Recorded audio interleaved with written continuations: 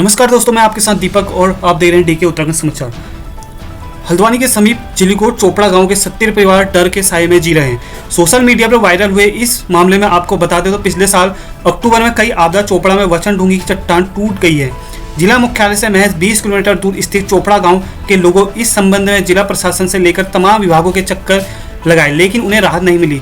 जब मामला social media पर वायरल हुआ तो राहत मिलने की किरण दिखाई देने लगी। दरअसल आपको बता दें, पंकज जीना चोपड़ा गांव के रहने वाले हैं। उन्हें सोशल मीडिया पे 1 मिलियन यानी कि 10 लाख से ज़्यादा लोग फॉलो करते हैं। वही बात कर लें, अपने गांव के दर्द को लेकर उन्होंने एक वीडियो भी जारी किया था, जिसके बाद उनके फैंस ने इस वीडियो को बहुत ज़्यादा शेयर करा। गंभीरता से जिला प्रशासन को भी ये वीडियो प्राप्त हुई। डीएम धीरज सिंह गर्ब्याल ने निरीक्षण और जाँच करते हुए रिपोर्ट पेश करने को आदेश दिए। चोपड़ा गाँव में 70 परिवार रहते हैं।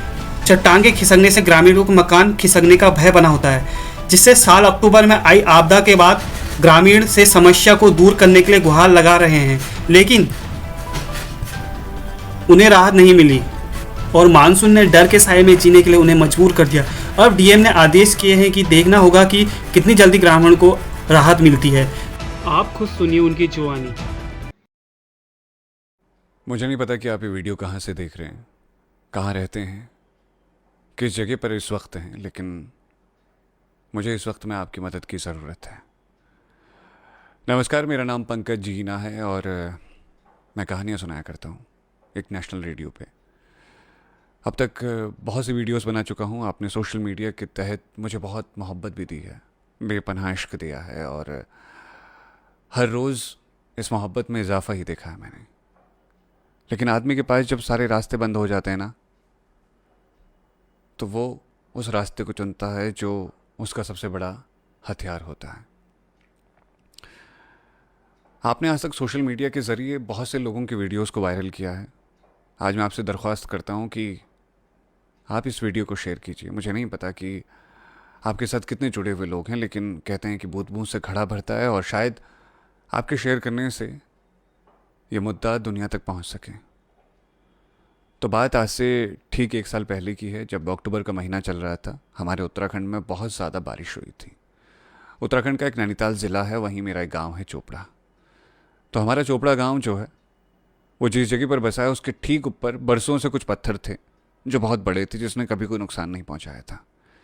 लेकिन अचानक बारिशों में वो पत्थर नीचे की तरफ गिरने लगे।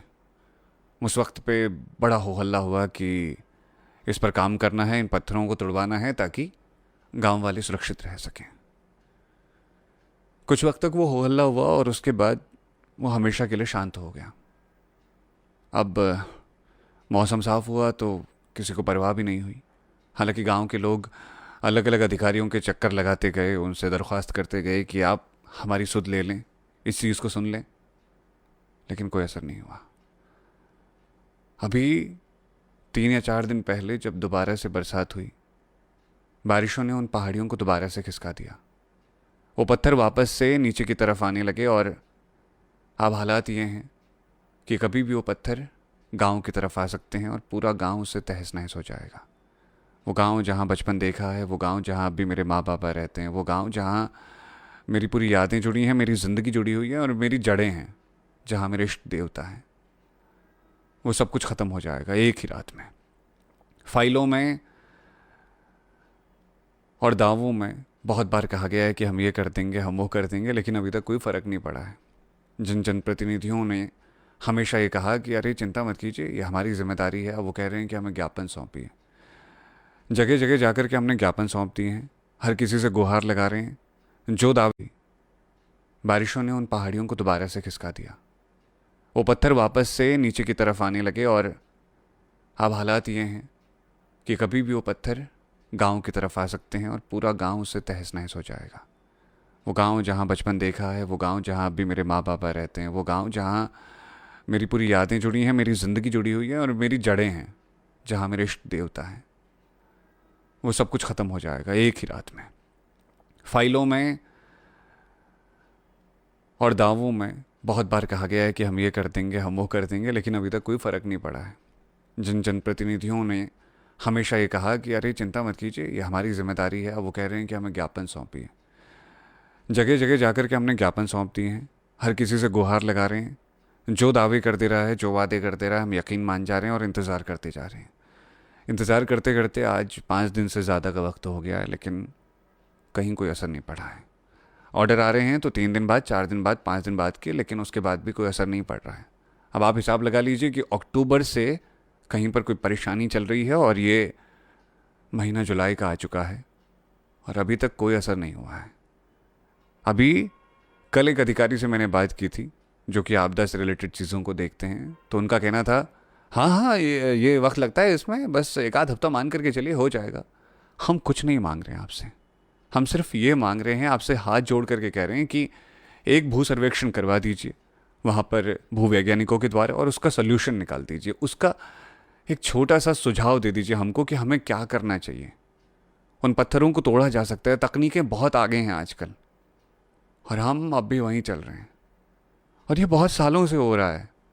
जब हम अपनी चीज़ों को आगे बढ़ाने की सोचते हैं, जब हम पराए शहर में घर से दूर होकर के इन चीज़ों के बारे में आगे बढ़ाने की सोचते हैं, जब हम पराए शहर में घर से दूर होकर के इन चीज़ों के बारे में बात कर रहे होते हैं, तो उस वक्त हमारे मन में डर रह रहा होता है कि पता नहीं इस बात का असर क्या पड़ेगा। घर वालों को कोई परेशानी ना हो, घर वालों को कोई दिक्कत ना हो, हर वक्त मन डरा रहता है। माँ बाप पता नहीं कितनी रातों से सोए नहीं हैं, इस बात का डर है कि कब वो न जाने पत्थर आ जाए। और अधिकारी जो आते हैं वो कहते हैं अरे हाँ आप शिफ्ट हो जाइएगा, स्कूल में शिफ्ट हो जाइएगा। हम अपना घर छोड़ करके स्कूल में शिफ्ट हो जाएं, लेकिन आप उतने समय से एक भी चीज़ को अपने संज्ञान में लाएंगे नहीं और उसके लिए आपको ज्ञापन सौंपना पड़ेगा। हम अपनी गृहस्थी छोड़ करके किसी एक जगह पर शिफ्ट हो जाएंगे, लेकिन आप उस पर कोई कार्यवाही करेंगे ही नहीं, आप उसका कोई सोल्यूशन देंगे ही नहीं। बस आप ये कहेंगे कि गांव खाली करवा दीजिए, हम देखेंगे। आपका देखना बहुत ज़्यादा हो गया साहब। आपके दरवाज़ों पे घंटों खड़े रहते हैं मेरे गांव के लोग, जगह जगह जाकर के गुहार लगा रहे हैं। मैं उस गांव से आता हूँ और मैं हिंदुस्तान भर के रेडियो में कहानियाँ सुनाता हूँ, लेकिन मैं भी मजबूर हो गया हूँ। कुछ नहीं बचा है पीछे। अगर गांव ख़त्म हो गया तो हमारे पास तो कुछ रहने का ठिकाना भी नहीं है। अभी भी सुधारा जा सकता है, अभी भी बचाया जा सकता है।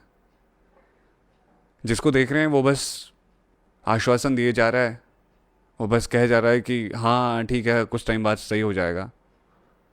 कहीं ऐसा ना हो कि ये करते करते हम गुहार लगाते रह जाएं और हमारा गांव इतिहास बन जाए। और ये बात सिर्फ एक गांव की नहीं है, एक गांव के अस्तित्व की है।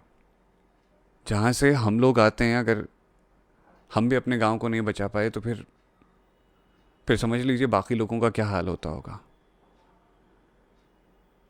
कुछ समय पहले सोमेश्वर घाटी नाम की एक जगह है जहाँ सड़क पे गड्ढे हो गए थे। गांव के लोगों ने धान बो दिए वहाँ कि क्या पता इससे कोई जाग जाए, नहीं हुआ, वैसा ही चल रहा। खेतों की फसलें बानर उजाड़ जा रहे हैं, कहीं कोई देखने वाला नहीं, कहीं कोई सुनने वाला नहीं, बेलगाम हो गए हैं लोग। अगर कोई परेशान है तो वो ज्ञापन सौंपे, मतलब जनता हमेशा ज्ञापन ही सौंपती रहेगी।